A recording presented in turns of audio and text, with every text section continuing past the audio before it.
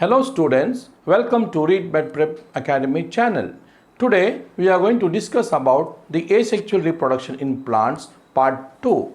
In this we are going to talk about the natural methods of vegetative reproduction in plants. In higher plants, they reproduce asexually by different methods. The vegetative reproduction is of two types in higher plants, natural methods and artificial methods. Today, we are going to talk about the natural methods of vegetative reproduction. Natural vegetative reproduction is a form of asexual reproduction in which a bud grows and develops into a new plant. The buds may be formed in organs such as root, stem, and leaf. At some stage, the new plant gets detached from the parent plant and starts to develop into a new plant. Here you can see the flower is the reproductive part of a plant, whereas the other vegetative parts like the leaf, stem and the root act as the vegetative part for the vegetative reproduction. Some of the organs involved in the vegetative reproduction serve as the organs of storage and perennation. The unit of reproductive structure used in propagation is called reproductive propagules or diaspores. The reproductive propagules can be the runners, suckers, stolons, bud, rhizomes or bulbs. In the natural methods of vegetative reproduction, the types are vegetative reproduction in root, vegetative reproduction in stem, and vegetative reproduction in leaf. Let us discuss one by one. The vegetative reproduction in root, the roots of some plants develop vegetative or adventitious buds on them. Example, Murraya, Dalbergia, and Millingtonia. Here you can see the Murraya tree where the young plant is growing from the roots. This is the reproduction by roots. Some tuberous adventitious roots, apart from developing buds, also store food. Example, Ipomea batatas and Dahlia. Here you can see the roots storing the food material in Ipomea batatas, otherwise called the sweet potato. Roots possessing buds become detached from the parent plant and grow into independent plant under suitable conditions. Now, let us discuss about the vegetative reproduction in stem. Various underground stem and subaerial stem modifications include the rhizome, corm, tuber, bulb, runner, stolon, offset, sucker, and bulbils. What is a rhizome? It is also known as rootstocks. It is a type of plant stem situated either at the soil surface or underground in the soil. It contains nodes having axillary buds from which roots and shoots originate. Rhizomes are unique in that they grow perpendicular, permitting new shoots to grow up out of the ground. Examples of rhizomes: Musa paradisiaca, Gingiber officinale, and Curcuma longa. Here you can see the rhizome of Musa paradisiaca, which is otherwise called banana, where the new plants arise from the rhizomes. Here you can see the rhizome of Gingiber officinale, the ginger, which has nodes from which the axillary buds develop into new plants. You can see the terminal bud which grows and forms the shoot. Here you can see the rhizome of Curcuma longa, which is otherwise called turmeric, from which the new plants are arising from the nodes. What is a corm? It is a rounded underground storage organ present in plants consisting of a swollen stem base covered with scale leaves. Corms look like true bulbs, but they are solid. They do not have layers of modified leaves. Example, Amorphophallus and Colocasia.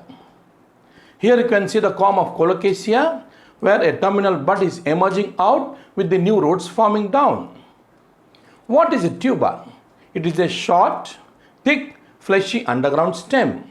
The axillary buds from the eyes of the tuber give rise to new plants. It serves as a food reserve. Example, potato, Solanum tuberosum.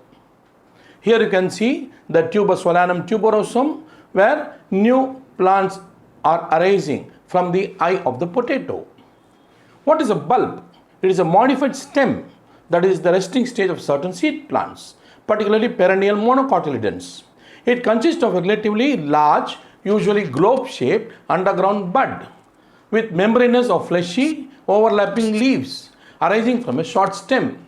Example, Allium cepa, onion, and lilium. Here you can see the bulb of Allium cepa, which is called onion, where the tunicated onion is also shown. It has a small reduced stem which grows the adventitious roots. Above the stem are the fleshy scaly leaves covering the axillary buds. Here you can see the naked lilium, which is a bulb. It has naked scale leaves. What is a runner? The runner is a stem that continues to grow horizontally outwards and downwards from the plants and produce the baby plants at the tips and keeps running. When you cut off the plant runner stems with buds on them, they grow to become mature plants. Example, Centella asiatica. Here you can see the mother plant on the right side and the baby plant on the left side and a runner in between them. What is a stolon? A stolon is a stem that grows on the ground surface. Adventitious roots are produced at the nodes and buds on the runner can develop into upright shoots and separate plants can be formed. Example, Mentha and Fragaria. Here you can see the mother plant on the right side and the daughter plant on the left side and the stolon running from the mother to the daughter plant from which the daughter plant has arisen. Here you can see the stolon of Mentha. Mentha is otherwise called mint or pudina, where you can see the new plants arising from the stolon. What is an offset? An offset is a small, virtually complete daughter plant that has been naturally and asexually produced on the mother plant. Example, Pistia and Eichhornia. Here you can see on the right side is the mother plant of Pistia stratiotis and on the left side is the daughter plant. In between the mother and the daughter plant is an offset from which the new plant has arisen. Here you can see the offset of Eichhornia crassipes, where the mother plant you can see on the left side and the daughter plant arising from the offset. Now something about the Eichhornia crassipes. It is a scourge of water bodies. It is otherwise called water hyacinth. It is an invasive weed on water bodies like ponds, lakes and reservoirs. It is popularly called terror of Bengal. It spreads rapidly through offsets all over the body and depletes the dissolved oxygen and causes the death of aquatic organisms. Here you can see the lake full of Eichhornia crassipes covering the entire water body. What is a sucker? Suckers are vigorous vertical growth coming from the roots or the lower main stem of a plant. Example, chrysanthemum. You can see the sucker on the right side giving rise to a new plant and the mother plant on the left side. What is a bulbil? A condensed auxiliary bud which is vegetative is called bulbil. It is also called bulblet. It's a small bulb-like organ of vegetative reproduction growing in leaf axils or on flower stalks of plants. Example, Dioscorea and agave. Here you can see the bulbil of Dioscorea bulbifera where the new plant can arise from the bulbil. Here you can see the axillary bulbils of agave arising between the main stem, which can give rise to a new plant. Now, let us discuss about the vegetative reproduction in leaf. In some plants, adventitious buds are developed on their leaves. When they are detached from the parent plant, they grow into a new individual plants. Example, Bryophyllum, Cilia and Begonia. What are these epiphyllous buds? In Bryophyllum, the leaf is succulent and notched at its margin.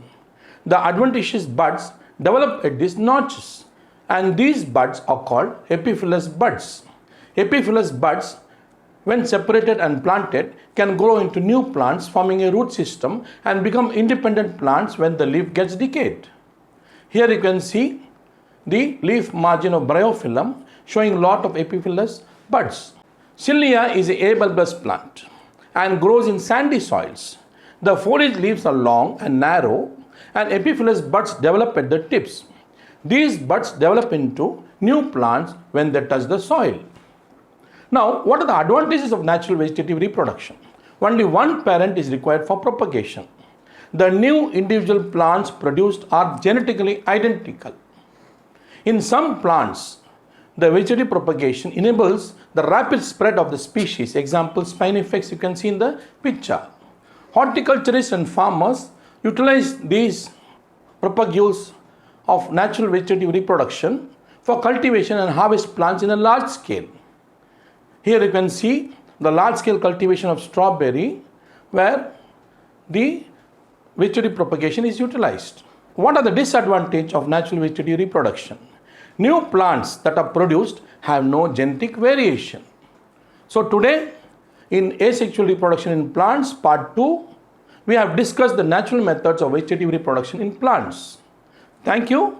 Kindly subscribe, like, share and comment the channel Read Med Prep Academy. Log on to www.readmedprepacademy.com. Our Facebook ID is Read Med Prep Academy. Our email is readmedprepacademy@gmail.com. Kindly post your questions in the comment box. We will reply with appropriate answers. Thank you very much.